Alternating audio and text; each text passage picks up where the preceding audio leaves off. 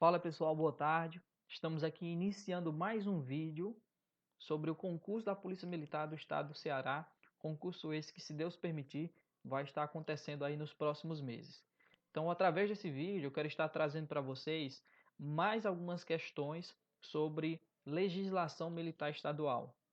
No vídeo de hoje, eu vou trazer questões do Estatuto Militar e também questões sobre o Código Disciplinar. E as questões que eu vou trazer para vocês hoje, pessoal, foram questões que foram cobradas no último concurso da Polícia Militar do Estado do Ceará, que foi realizada pela banca AOCP no ano de 2016.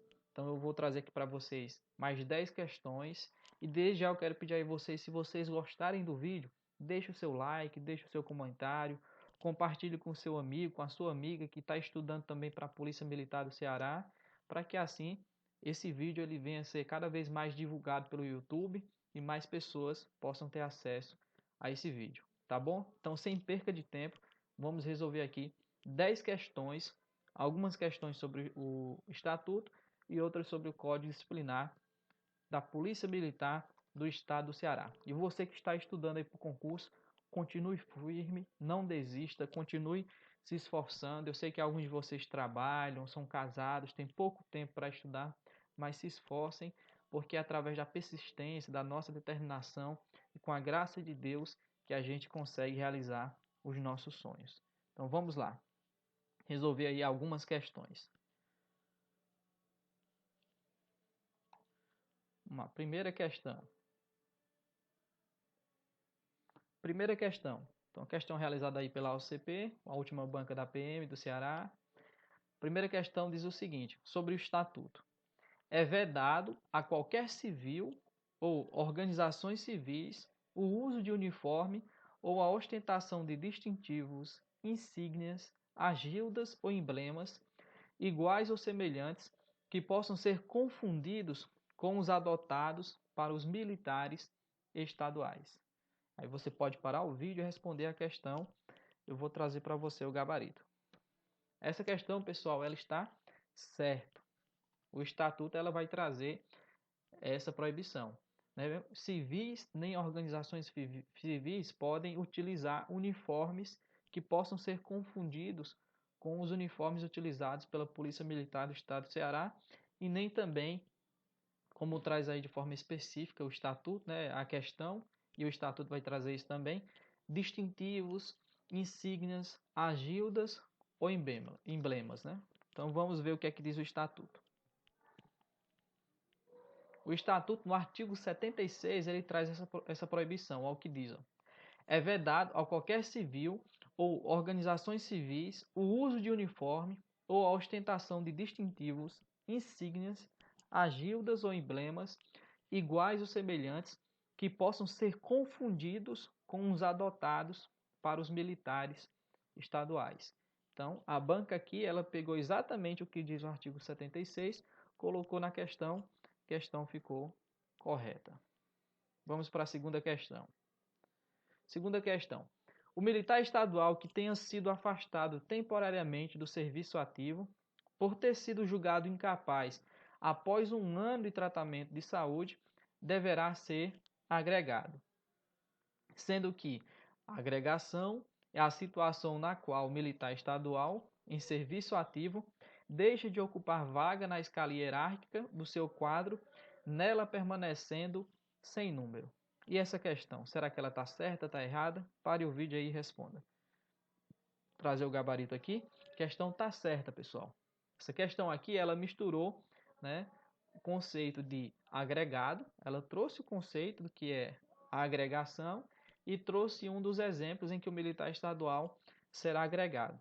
Vou trazer para vocês o comentário da questão. Artigo 172 do Estatuto diz o seguinte, ó, a agregação é a situação na qual o militar estadual em serviço ativo deixa de ocupar vaga na escala hierárquica do seu quadro, nela permanecendo sem número. Então, a questão ela trouxe aqui esse caput do artigo 172 e trouxe também a situação aí do inciso 3 e a linha A. Mas antes de a gente lermos aqui o inciso 3, vamos ler aqui o parágrafo 1º. Parágrafo 1º. O militar estadual deve ser agregado quando? Inciso 2. Você está vendo aqui que não tem o inciso 1. Por que não tem o inciso 1? Porque o inciso 1, pessoal, ele foi revogado. Por isso que está iniciando com o inciso 2.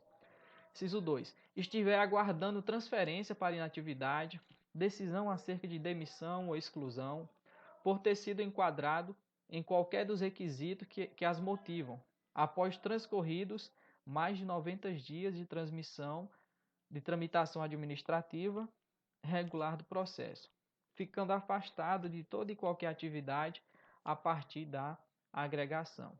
Inciso 3.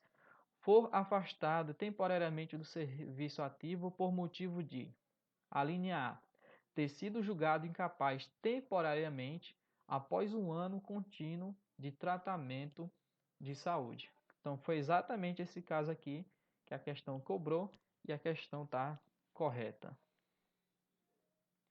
Próxima questão. Terceira questão, pessoal, sobre o Estatuto da Polícia Militar também. A ordenação da autoridade é realizada por postos ou dentro de um mesmo posto ou de uma mesma graduação e se faz apenas pela antiguidade. Quando a gente está resolvendo questão que a gente vê se apenas, a gente já fica com o pé atrás, não é verdade? Então vamos ver aqui qual vai ser a resposta dessa questão. A questão está errada. E por que ela está errada, pessoal?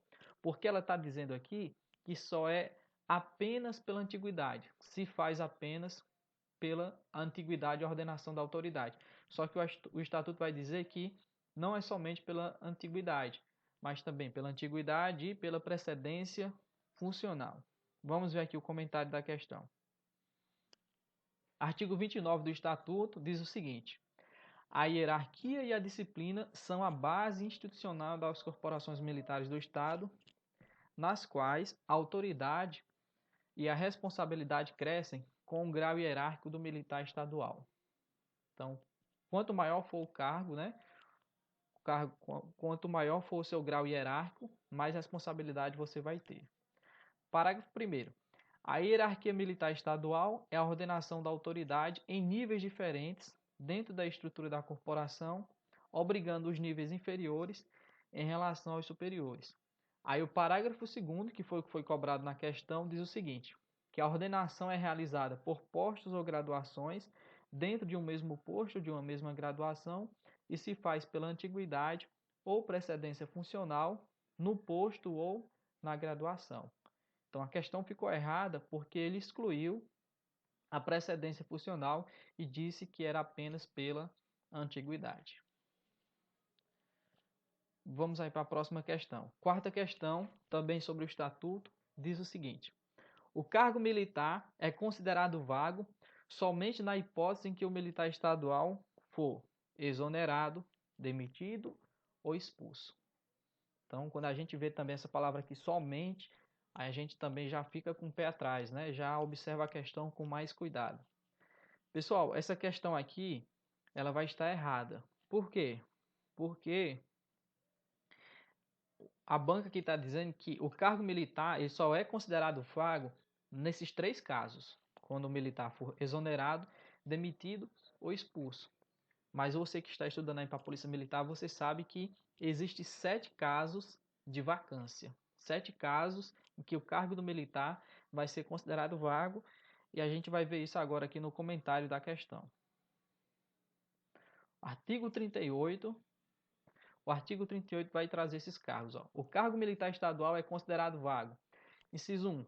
A partir de sua criação e até que um militar estadual dele tome posse. Então, a partir do momento que o cargo é criado, ele está vago até que o militar estadual venha tomar posse dele. Inciso 2. Desde o momento em que o militar estadual for exonerado, demitido ou expulso, que foi o que a questão trouxe. Mas não são somente esses casos, como a questão estava dizendo. Parágrafo 1º. Consideram-se também vagos os cargos militares estaduais cujos ocupantes, inciso 1, tenham falecido, inciso 2, tenham sido considerados extraviados, inciso 3, tenham sido considerados desertores. Eu trouxe aqui também, pessoal, de forma específica cada um dos casos. Então, 7 casos de vacância: criação do cargo, exoneração, demissão, expulsão, falecimento, extravio e deserção. Então vocês dêem uma olhadinha nesses casos. E eu trouxe para vocês também um bizu do professor Ayrton Moral. O bizu que ele criou foi o seguinte, para a gente decorar essa frase. Ó. Tenho 3 ex e 2 definitivas. Se uma falecer, cria a vaga. Então, nessa frase aí, vai estar os 7 casos de vacância previstos no Estatuto. Quais são esses 7 casos? 3 ex. Esses 3 ex são o quê, pessoal? Exoneração, expulsão e extravio. As 2 definitivas são o quê?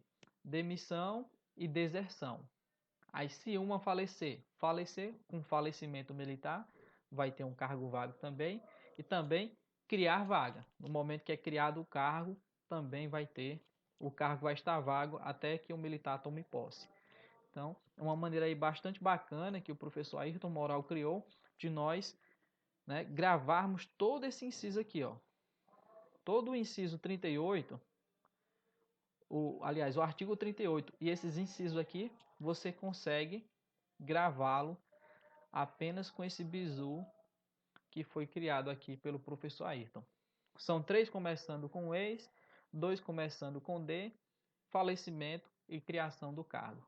Então, os 3 ex é o que? Exoneração, expulsão e extravio. Os 2 D, demissão e deserção. E aí, falecimento, criação do cargo, aí forma os 7 casos em que o cargo militar vai ser vago. Vamos para a próxima questão.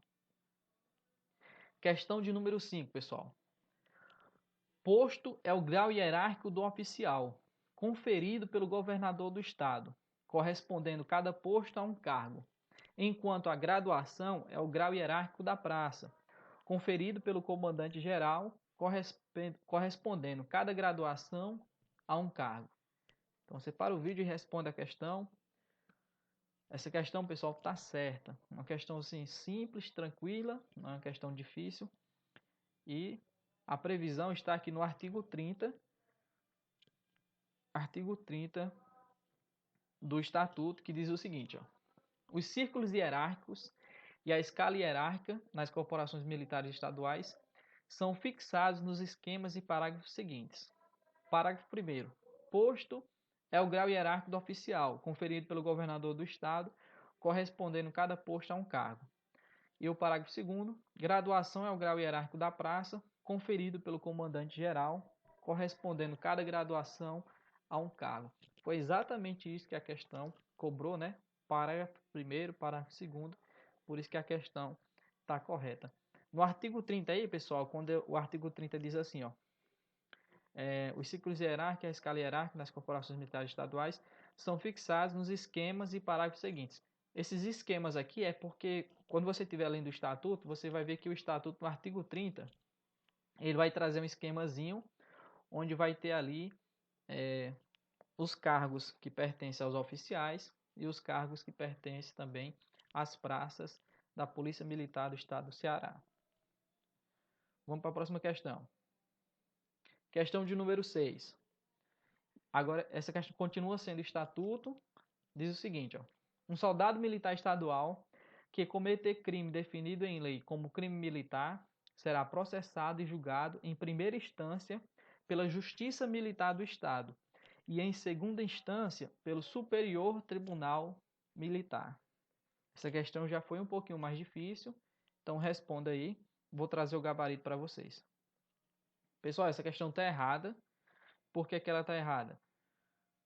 O artigo 51 do Estatuto diz o seguinte, que os militares estaduais, nos crimes militares definidos em lei, eles serão processados e julgados perante a Justiça Militar do Estado em primeira instância. Então, primeira instância, Justiça Militar do Estado. Exercitadas pelos juízes de direito e conselhos de justiça. Em segunda instância, pelo Tribunal de Justiça do Estado. Então, a questão ela ficou incorreta por conta desse segundo ponto aí, porque o Estatuto prevê que tem que ser, em segunda instância, pelo Tribunal de Justiça do Estado. E a questão disse o quê? A questão disse que seria pelo Superior Tribunal Militar. Então, não é pelo Superior Tribunal Militar.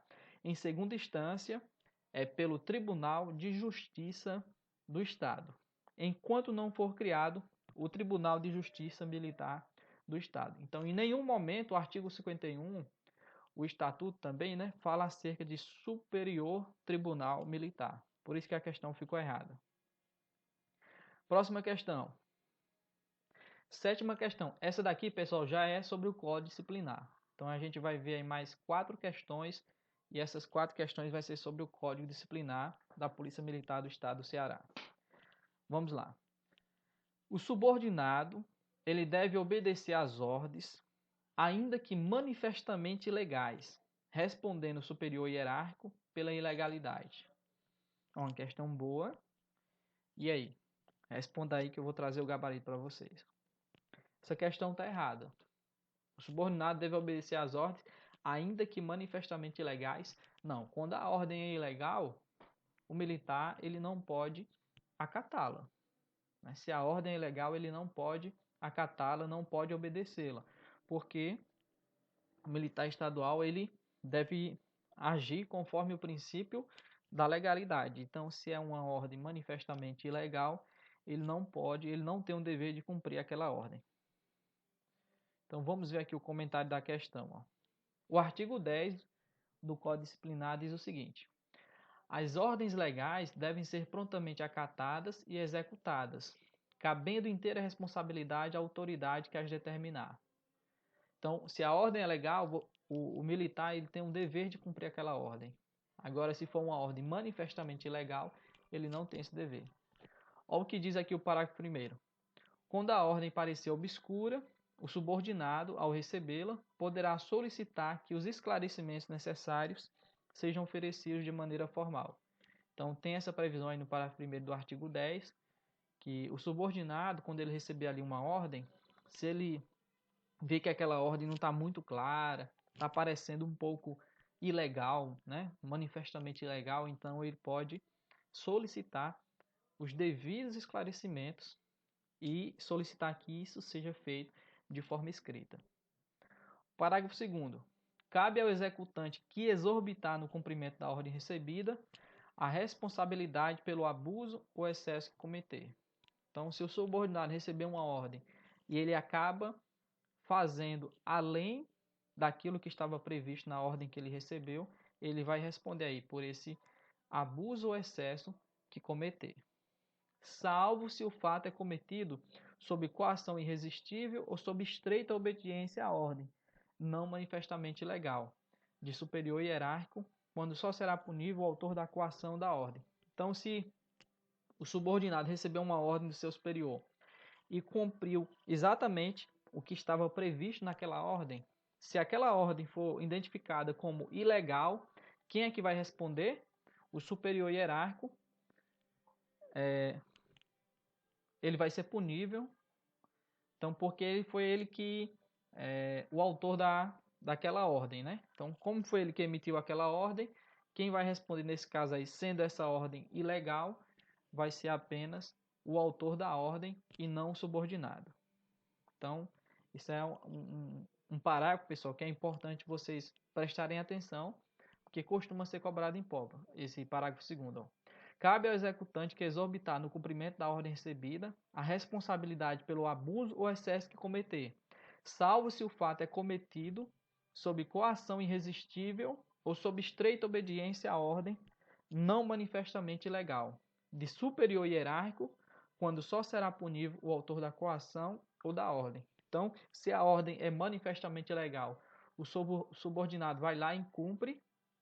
Quem vai responder por essa ordem vai ser o autor da ordem e não o subordinado, porque o subordinado fez exatamente o que estava na ordem. Agora, se ele fizer além daquilo que está previsto na ordem, aí o subordinado vai responder pelo abuso ou excesso que ele cometer.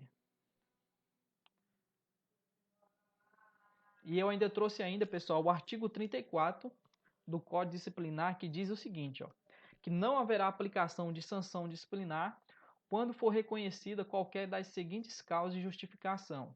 O inciso 4 diz o seguinte: obediência à ordem superior, desde que a ordem recebida não seja manifestamente ilegal. Então, se você cumprir uma ordem, né, e por acaso essa ordem ela foi manifestamente ilegal, você não vai poder sofrer nenhuma aplicação de sanção disciplinar, porque você estava cumprindo uma ordem que você recebeu de seu superior e a ordem era manifestamente ilegal.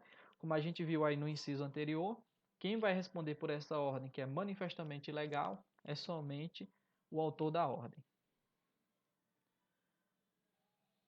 Próxima questão, pessoal. Oitava questão diz o seguinte: ó. Quando a ordem parecer obscura, o subordinado, ao recebê-la, poderá solicitar que os esclarecimentos necessários sejam oferecidos de maneira formal. Então, foi mais uma questão que foi cobrada no concurso de 2016 sobre o Código Disciplinar. E aí a gente já viu isso, essa questão está certa, porque é exatamente o que prevê o artigo 10 e parágrafo 1º do Código Disciplinar, que diz o seguinte, ó, que as ordens legais devem ser prontamente acatadas e executadas, cabendo inteira responsabilidade à autoridade que as determinar. Então, se a ordem é legal, o subordinado ele tem dever de cumprir, de acatar a ordem e executá-la. E a responsabilidade aí é da autoridade que determinou aquela ordem. Parágrafo 1º. Quando a ordem parecer obscura, o subordinado, ao recebê-la, poderá solicitar que os esclarecimentos necessários sejam oferecidos de maneira formal. Então, você que é subordinado, recebeu uma ordem do seu superior, se você entender que a ordem está obscura, você pode solicitar que ele traga esclarecimentos sobre aquela ordem, e isso pode até ser feito de forma escrita. Então, a questão ficou certa, né? Vamos para a questão de número 9. Ó. A violação da disciplina militar será tão mais grave quanto mais elevado for o grau hierárquico de quem a cometer.